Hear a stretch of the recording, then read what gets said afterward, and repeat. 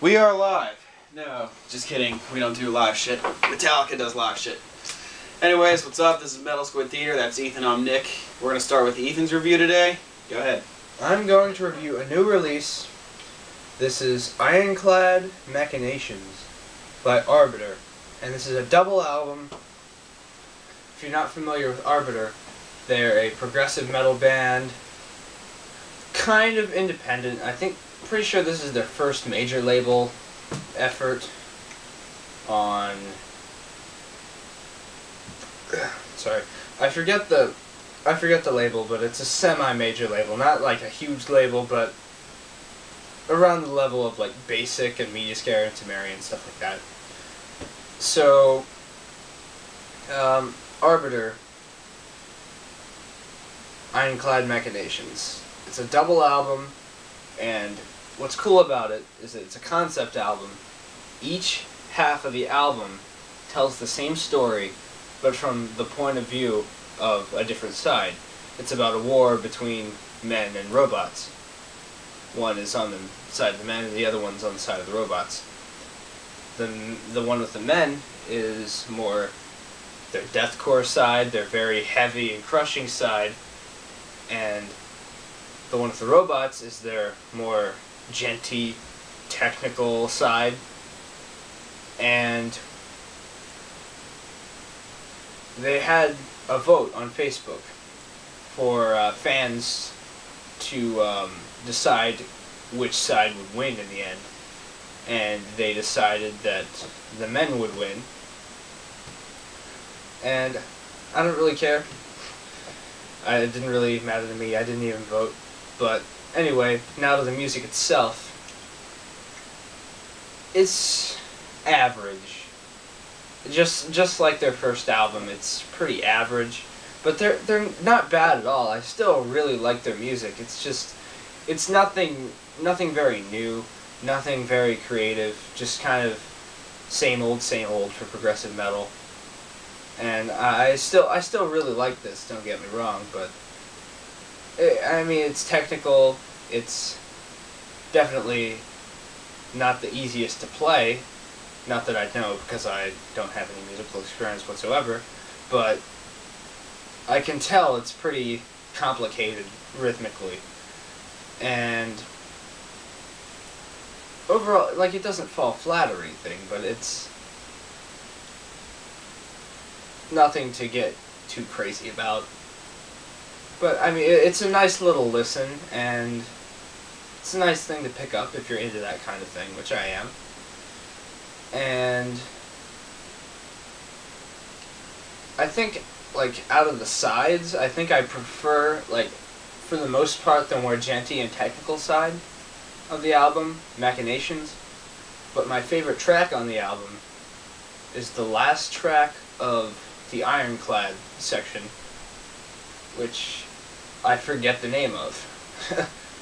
I haven't listened to this, like, since around the time I picked it up, so I don't really know. Like, probably won't listen to it again for a while, but I guess I will. I bet I will someday.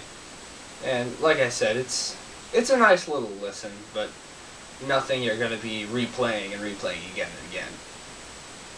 Well, it could be based off of your taste. Yeah. But I like that kind of music, and I don't even really care for it a lot, so. But anyway, just pick it up if you're into that kind of thing, but don't expect a lot from it. Alright, Nick, your review? Alright, so, as most of you know, my favorite band's Black Sabbath, and honestly, I'm considering possibly changing that again, which, I mean, favorite bands do change often, but I'm going back to some classic rock again, and I'm reviewing an album by Alice Cooper. The album's title is Love It to Death, and that was their first album that actually broke through. Like, the two that came before that really weren't popular or anything. Alice Cooper kind of started in the 60s. But the first song I ever heard from it was the really popular one, I'm 18. That came on, like, the greatest hits and stuff like that, and back then that's how I discovered stuff. But Alice Cooper is, like, what got me into rock music and heavy metal. Like, I discovered him in like 7th grade or something when I was looking up videos for Halloween, you know, the ones with Michael Myers, and it came up in the background of one of those videos. I'm like, dude, this is pretty good. So I checked it out and got into it. But anyways, what I love about this is I can name every track on it, and I love every track on it. And as I listened to it more, I started to like more of it because Alice Cooper is so unique, and some of the songs on this are just very different. It's just rock and roll, but it's different. But it's not quite progressive rock. Like it's not like Rush or Yes or anything like that.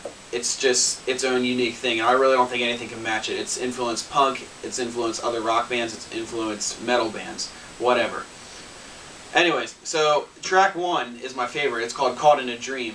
It's just a soft little kind of kickback tune. Starts out with a guitar coming in, you know, he jumps in, normal rock and roll songs. So is I'm 18, the second track, the popular one, and the third one is called Long Way to Go, which speeds it up a little. It's a fun one. Track 4 is when it gets a little like, what the hell am I listening to? It's called Black Juju. But it's a 9-minute song. It's very slow. If this were metal, it would be doom metal, but it's not metal. But it's very slow and creepy, and Alice Cooper writes some dark stuff, like I said. I think has something to do with killing, based off of my observations. But then it gets all quiet, and then he just like screams like "Wake up! Wake up! Wake up!" in it, and like I think the intention is supposed to scare you, like Suicide Silence. I don't know. Well, not quite like that, because like this is 1971. I know. I was just making a reference. Yeah. Anyways, after that, it plays the song "Is It My Body." If you have the record, that's when you flip it. The next track 1 on the next side, it's called "Is It My Body." It was the other hit on this album, and it's pretty good. It was another one that got me to buy this one. But like I said, I've never listened to the album in its entirety until I bought the actual hard CD. After that, it's got one called "Hallowed Be Thy Name," which I think that bashes those like really Bible thumper type people. But then after that, the next 2 songs kind of flow into each other, and the first one is called "Second Coming," and the second one is called "The Ballad of Dwight Fry." And the first one's like 2 or 3 minutes long. The second one is like 6 minutes. The 2 together kind of create one song, but they're different parts of one story, and I think it's really interesting. They're also very unique, like the one I was telling you about earlier. And then, like I said, there are some classic rock ones. The last track, number 9, is called "Sunrise," and I believe it is just a cover. It's kind of a fun way that Alice Cooper just wanted to close off the album and be like, alright guys, that's a wrap. Let's just do this. It's like 2.5 minutes, and the whole thing overall, just, it's got to be in my like top 20 albums ever. It is just beautiful. And Alice Cooper's early work is amazing. I don't think between that album, Killer, School's Out, and $1 Billion Babies, those 4, there isn't a single bad song on any of them. I love every single song on all of those albums. And then, you know, he kind of transitions a little. Then he gets into the harder rock stuff with like Constrictor. But Alice Cooper is possibly one of my favorite artists, and that is my favorite album by him. So I'm sure you've probably heard something from it, but I advise you check out the rest of it. It is awesome, and you gotta listen to it in its entirety because it tells crazy stories. It's dark, it's unique, and then there's just some normal classic rock. That's all I gotta say, dude. Check it out. Peace.